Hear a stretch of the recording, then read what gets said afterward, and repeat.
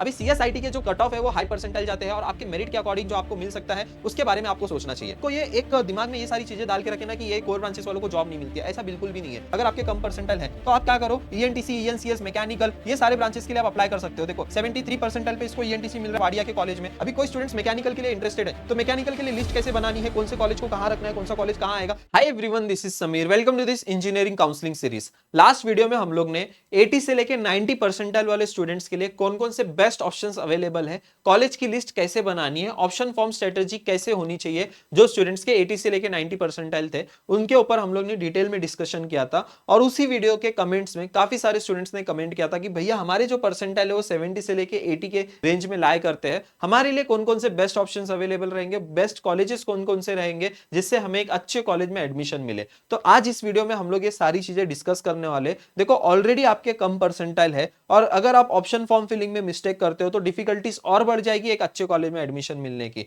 और आप सभी स्टूडेंट्स को पता है कि टेक ब्रांचेस के लिए जो कट ऑफ देख सकते हो आप, टेक ब्रांचेस का कितना हाई जाता है। और आई नो कि आप मैक्सिमम सभी स्टूडेंट्स को टेक ब्रांचेस में ही इंटरेस्ट है। तो अभी यहाँ पे इस वीडियो में आप सभी स्टूडेंट्स के लिए मेरिट के थ्रू जो बेस्ट ऑप्शंस अवेलेबल होंगे वो चीज हम लोग यहाँ पे डिस्कस करने वाले। और नॉन कैप राउंड्स की भी हम लोग बात करने वाले, नॉन कैप राउंड्स में आपका कैसे जो है फायदा होगा, कैसे आपको बेनिफिट मिल सकता है। तो ये सारी चीजें हम लोग स्टेप बाय स्टेप कवर करेंगे। तो चलो स्टार्ट करते हैं आज के इस वीडियो को। जो स्टूडेंट पहली बार इस चैनल पे आए होंगे चैनल को सब्सक्राइब कर लेना एंड यस हमारा व्हाट्सएप ग्रुप जरूर से जरूर ज्वाइन कर लेना। यहाँ पे आपको इंजीनियरिंग एडमिशन से रिलेटेड सारी अपडेट्स आपको टाइम टू टाइम मिलती रहेगी। एंड यस जो स्टूडेंट्स हमारे काउंसलिंग बैच के लिए इंटरेस्टेड है वो इस बैच में आ सकते हैं, जहां पे आपको आपकी पर्सनलाइज कॉलेज की लिस्ट प्रोवाइड की जाएगी, आपके परसेंटाइल आप कैटेगरी के अकॉर्डिंग, और ये सारे फैक्टर्स को ध्यान में रख के ही कॉलेज की लिस्ट हम लोग प्रोवाइड करने वाले। एंड यस आपको टिल द स्पॉट राउंड तक हम लोग गाइड करेंगे। एंटायर एडमिशन प्रोसेस में आपको जो है सपोर्ट प्रोवाइड किया जाएगा, मेंटोर सपोर्ट है, व्हाट्सएप सपोर्ट है, ये सारे फीचर्स आपको जो है इस काउंसलिंग के प्रोसेस में आपको देखने को मिलने वाले। जो स्टूडेंट इंटरेस्टेड है जल्द से जल्द जो है इस बैच में एनरोल कर लीजिए, क्योंकि ये बैच जो है बहुत जल्दी क्लोज भी होने वाला है और काफी लिमिटेड सीट्स पेंडिंग है बैच 2 के लिए,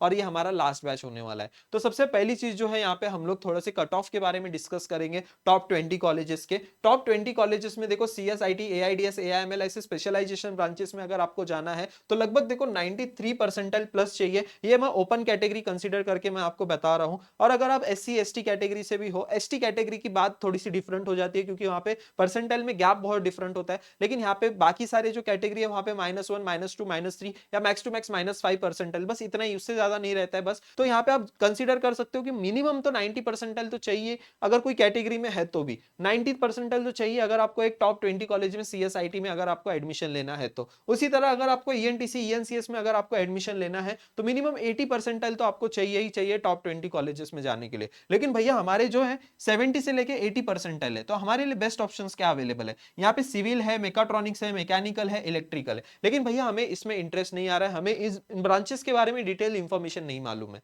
तो यहाँ पे मैं आपको इन सब ब्रांचेस की डिटेल इंफॉर्मेशन मैं आपको बताने वाला हूँ। और यस आपके लिए कौन कौन से बेस्ट ऑप्शंस अवेलेबल है इसके बारे में हम लोग डिस्कस करने वाले हैं। देखो सबसे पहली चीज, आप सभी स्टूडेंट्स को ये चीज एक्सेप्ट कर लेना चाहिए, अभी सीएसआईटी के जो कट ऑफ है वो हाई परसेंटाइल जाते हैं और आपके मेरिट के अकॉर्डिंग जो आपको मिल सकता है उसके बारे में आपको सोचना चाहिए। देखो अगर आपके 70 परसेंटाइल है, 75 परसेंटाइल है या फिर 80 परसेंटाइल है, आपको ये देखना है कि आपके परसेंटाइल पे कौन से कॉलेजेस में कौन कौन सी ब्रांचेस मिलने के चांसेस है, वो चाहे अभी मैकेनिकल हो, चाहे सिविल हो, इलेक्ट्रिकल हो। और एक पॉइंट ये याद रखना कि वो अच्छे कॉलेजेस के होने चाहिए, ठीक है? अच्छे कॉलेजेस से अगर आप करोगे टॉप 20 कॉलेजेस से, ऑब्वियसली देखो आप 70 से लेके 80 परसेंटाइल है तो इजीली आपको टॉप 15, टॉप 10 कॉलेजेस में भी जो है आपको मिलने के चांसेस है। ये सारे जो कोर ब्रांचेस हम लोग ने डिस्कस किया है, आगे मैं आप सभी स्टूडेंट्स को बताऊंगा कि कॉलेज की लिस्ट आपको कैसी बनानी है। तो सबसे पहली चीज जो है हम लोग थोड़ा फ्यूचर स्कोप के बारे में डिस्कस करते हैं कोर ब्रांचेस में। देखो पहली अभी एक चीज तो एक्सेप्ट कर लो, जिनका भी 70 से लेके 80 परसेंट है उन सभी स्टूडेंट्स के अच्छे चांसेस है कि आपको कोर ब्रांचेस में आपको एडमिशन मिल सकता है,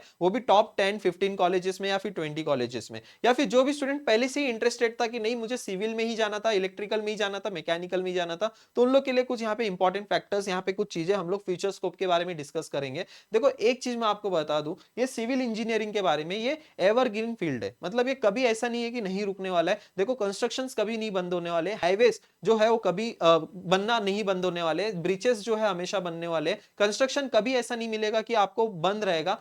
कंस्ट्रक्शन में, सिविल में आपको एवरग्रीन आपको स्कोप देखने को मिलेगा ही मिलेगा। एवरग्रीन इसको फील्ड हम लोग कहते हैं कंस्ट्रक्शन सिविल इंजीनियरिंग में। तो यहाँ पे क्या क्या सारी चीजें देखो, यहाँ पे smart cities, highways, metros, green buildings, ये सारी चीजें। इसके अलावा अपॉर्चुनिटीज क्या क्या है, एमपीएससी, यूपीएससी, पीएसयू जॉब्स, ये सब भी आप कर सकते हो। रियल स्टेट में जो है डिमांड है, कंस्ट्रक्शन में, प्रोजेक्ट्स में, प्रोजेक्ट मैनेजमेंट में बहुत सारी डिमांड आपको देखने को मिलेगी सिविल इंजीनियरिंग में। इसी के अलावा अगर मैं अभी इलेक्ट्रिकल इंजीनियरिंग की मैं बात करूं, इलेक्ट्रिकल इंजीनियरिंग में भी काफी डिमांड्स आपको देखने को मिलेगी इलेक्ट्रिकल इंजीनियरिंग में। और इसमें भी जो है देखो, ये सोलार फील्ड में, विंड एनर्जी में, इलेक्ट्रिक व्हीकल्स, आप सभी स्टूडेंट्स पता ही है अभी कितनी इलेक्ट्रिकल व्हीकल्स की डिमांड है। तो यहाँ पे आप सभी स्टूडेंट्स को इलेक्ट्रिकल इंजीनियरिंग में भी बहुत स्कोप देखने को मिलेगा। और इसके अलावा देखो, आप सभी स्टूडेंट्स जो है हाई स्टडीज के लिए भी जा सकते हो, एमपीएससी, यूपीएससी, गवर्नमेंट सेक्टर में भी आप काम कर सकते हो। और इसके अलावा जो है एक अपॉर्चुनिटीज आपको मिलती है कि आप, अगर आपको कोर ब्रांच में इंटरेस्ट नहीं है तो आप आईटी में भी स्विच कर सकते हो वाया कोडिंग। अगर आप कोडिंग अच्छे से सीखते हो, कोडिंग अच्छे से प्रैक्टिस करते हो तो डेफिनेटली आपको जो है आईटी सेक्टर में भी जॉब मिलने के चांसेस हैं। तो यहाँ पे इलेक्ट्रिकल में भी आपको काफी अच्छे स्कोप देखने को मिलेंगे। एज वेल एज अभी मैकेनिकल इंजीनियरिंग की भी मैं बात करूं, मैकेनिकल इंजीनियरिंग का भी डिमांड बहुत हाई देखने को मिलेगा आने वाले कुछ सालों में। देखो, सबसे पहली चीज तो ये चीज जो है, अब पहले देखो यहाँ पे बिल्डिंग्स बनना नहीं रुकने वाली है। देन यहाँ मैकेनिकल इंजीनियरिंग का काम क्या है, ये जितने भी आपके मैकेनिक्स के पार्ट्स होते हैं, जैसे अभी ये रेलवे सेक्टर में भी काफी मैकेनिकल इंजीनियर्स को जॉब मिलती है। और रेलवे सेक्टर आपको पता है कितना बड़ा है और वहां पे कितनी जॉब वैकेंसी आती है। और यहाँ पे जो आपको ये एक दिमाग में ये सारी चीजें डाल के रखे ना कि ये कोर ब्रांचेस वालों को जॉब नहीं मिलती है, ऐसा बिल्कुल भी नहीं है। अगर आप टॉप कॉलेजेस के प्लेसमेंट्स देखोगे, इलेक्ट्रिकल सीओईपी का 12 लाख का पैकेज मिला है स्टूडेंट्स को, 18 लाख का पैकेज मिला है। और इवन अब्रॉड में भी जाओगे तो, दुबई वगैरह में भी जाओगे तो कितने अच्छे अच्छे पैकेजेस आपको देखने को मिलेंगे। 50-60 लाख का भी पैकेज मिलता है यहाँ पे सिविल इंजीनियर को, मैकेनिकल इंजीनियर को, इलेक्ट्रिकल इंजीनियर को। तो ये तो बहुत दूर की बात है। सबसे पहली चीज जो है, अभी यहाँ पे आपका कॉन्सेप्ट जो है, जो सिविल इंजीनियर को लेके या फिर मैकेनिकल इंजीनियर को लेकर आप जिस तरीके से सोच रहे थे, वो पहले सोच बदलो, ठीक है। सबसे पहली चीज देखो, हर एक फील्ड में आपको जॉब अपॉर्चुनिटीज देखने को मिलती है। जैसे अभी ये इंडिया जो है पूरा का पूरा डिजिटल होने जा रहा है, ठीक है, डिजिटल हो ही गया है ऑलमोस्ट, और ये और डिजिटलाइज हो रहा है। जो कि अभी देखो पहले हम लोग क्या करते थे, सब्जी वब्जी भी लेने हम लोग जो है मार्केट में जाते थे। अभी आप देखो, फ्लिपकार्ट ग्रोसरी से आप ऑर्डर कर दो, घर पे आपकी सब्जी भी आ जाती है। आप ऑनलाइन ऑर्डर्स तो पहले से ही थे, अभी घर पे बैठ के जो है सारी चीजें आप मंगा सकते हो। घर पे बैठ के आप जो है टिकट बुक कर सकते हो, ऑनलाइन बैंकिंग ट्रांजेक्शन कर सकते हो, सारी चीजें ऑनलाइन होते जा रही है। तो जो सीएसआईटी के भी जो आप बोल रहे थे कि ना भैया एआईएमएल वगैरह में जॉब अपॉर्चुनिटीज नहीं है, सीएसआईटी में सैचुरेशन आएगा, बिल्कुल नहीं आएगा। देखो, अगर आप बाकी लोगों से यूनिक स्टैंड आउट करोगे तो डेफिनेटली आपके लिए अपॉर्चुनिटीज रहेगी, और उस अपॉर्चुनिटीज को आप कैसे यूटिलाइज करते हो, ये बहुत इंपॉर्टेंट चीज है। तो ये सारी की सारी एवरग्रीन फील्ड है, आप सभी स्टूडेंट्स को मैं बता दूं। एंड यस, कैप राउंड 1 का हमारे लिए बहुत इंपॉर्टेंट है, जो हमको कैप राउंड 1 में अलॉटमेंट चाहिए। Cap round 1 allotment is very very important सारे स्टूडेंट्स के लिए, मैं बता रहा हूं। अभी देखो, यहाँ पे सबसे पहली चीज, आपको कॉलेज की लिस्ट कैसे बनानी है। देखो, अगर आपके कम परसेंटाइल है, सपोज 70 है, 70 बिलो है, अभी यहाँ पे तो ये चीज क्लियर है कि आपको सीएसआईटी वगैरह में एडमिशन मिलने के चांसेस कम है। तो उसके अकॉर्डिंग जो है, देखो यहाँ पे अगर आपके कम परसेंटाइल है तो आप क्या करो, ईएनटीसी, ईएनसीएस, मैकेनिकल, ये सारे ब्रांचेस के लिए आप अप्लाई कर सकते हो। देखो यहाँ पे नीचे आपको जो है ये सारे ब्रांचेस देखने को मिल जाएंगे। एमआईटी में सिविल मिल सकता है आपको, देन जेएसपीएम में इलेक्ट्रिकल मिल सकता है, वीपी में आपको ईएनटीसी मिल सकता है, then government college of engineering में आपको मैकेनिकल मिल सकता है, डीवाई पाटिल पिंपरी में मैकेनिकल, जेएसपीएम में ईएनटीसी, देन नूतन कॉलेज में ईएनटीसी, इलेक्ट्रिकल का मिल सकता है एआईएसएसएम में। तो ऐसे अकॉर्डिंग जो है आपको लिस्ट बनानी है। तो यहाँ पे देखो, ऐसे इसके अकॉर्डिंग जो आपको लिस्ट बनानी है। जैसे अभी आप यहाँ पे मैं आपको बताऊं, टॉप कॉलेजेस में ईएनटीसी, ईएनसीएस, इलेक्ट्रिकल, तो यहाँ पे देखो, यहाँ पे कैटेगरी वाइज जो है कट ऑफ मैंने यहाँ पे दिए हैं। आप यहाँ पे कट ऑफ चेक कर सकते हो। जैसे अभी 70 से लेके 80 परसेंटाइल है, तो यहाँ पे सारे कट ऑफ्स यहाँ पे दिए गए। आपके कैटेगरी के कट ऑफ के अकॉर्डिंग अपने बेस्ट ऑप्शंस आपको फाइंड आउट करके निकालने हैं। और यहाँ पे मैं अभी ओपन कैटेगरी की मैं बात करूं, जैसे देखो ओपन कैटेगरी में देखो यहाँ पे 75 परसेंटाइल पे क्या मिल रहा है, यहाँ पे ईएनटीसी ब्रांच मिल रही है। उसी के अकॉर्डिंग जैसे देखो यहाँ पे 73 परसेंटाइल पे इसको ईएनटीसी मिल रहा है वाडिया के कॉलेज में। और जैसे जैसे नीचे जाओगे वैसे वैसे प्रेफरेंसेस आपके चेंज होते जाएंगे। बट हमारा मेन फोकस रहना चाहिए कि स्टार्टिंग के जो टॉप 20 कॉलेजेस है, उन टॉप 20 कॉलेजेस में ही हमें या तो हमें कोर ब्रांचेस में एडमिशन मिलना चाहिए, या तो हमें ईएनटीसी, सीएनसीएस ब्रांच में एडमिशन मिलना चाहिए। बाकी के नीचे के कॉलेजेस में जाओगे तो वहां पे थोड़ी सी डिफिकल्टीज आपकी बढ़ जाएगी, ठीक है। वहां पे अगर ऐसा है कि आप सेल्फ डिपेंडेंट रहना चाहते हो, किसी कॉलेज के ऊपर या फिर ब्रांच के ऊपर डिपेंडेंट नहीं रहना चाहते हो, और वहां पे अगर आपका ऐसा कॉन्फिडेंस है कि सब कुछ मैं मैनेज कर लूंगा, प्लेसमेंट मेरे हाथों में है, अगर मैंने स्किल डेवलप करी तो मेरे को 100% प्लेसमेंट मिलेगी, और ऐसा कॉन्फिडेंस है, तो कॉलेज आपको मैटर नहीं करेगा, कोई भी कॉलेज ले लो। फिर आप जो है अपना स्ट्रगल स्टार्ट कर सकते हो, हार्डवर्क करना स्टार्ट कर सकते हो, प्रोजेक्ट्स के ऊपर काम करना स्टार्ट कर सकते हो, एंड देन डेफिनेटली आप भी ऑफ कैंपस के थ्रू अच्छी कंपनी में प्लेसमेंट भी ले सकते हो। देखो यहाँ पे मैंने ईएनटीसी, अभी मैकेनिकल के लिए, अभी कोई स्टूडेंट्स मैकेनिकल के लिए इंटरेस्टेड है तो मैकेनिकल के लिए लिस्ट कैसे बनानी है, कौन से कॉलेज को कहां रखना है, कौन सा कॉलेज कहां आएगा, ये ऐसे जो है आपको प्रेफरेंस देना है। पहले सीओईपी का मैकेनिकल, फिर विजेटीआई का, फिर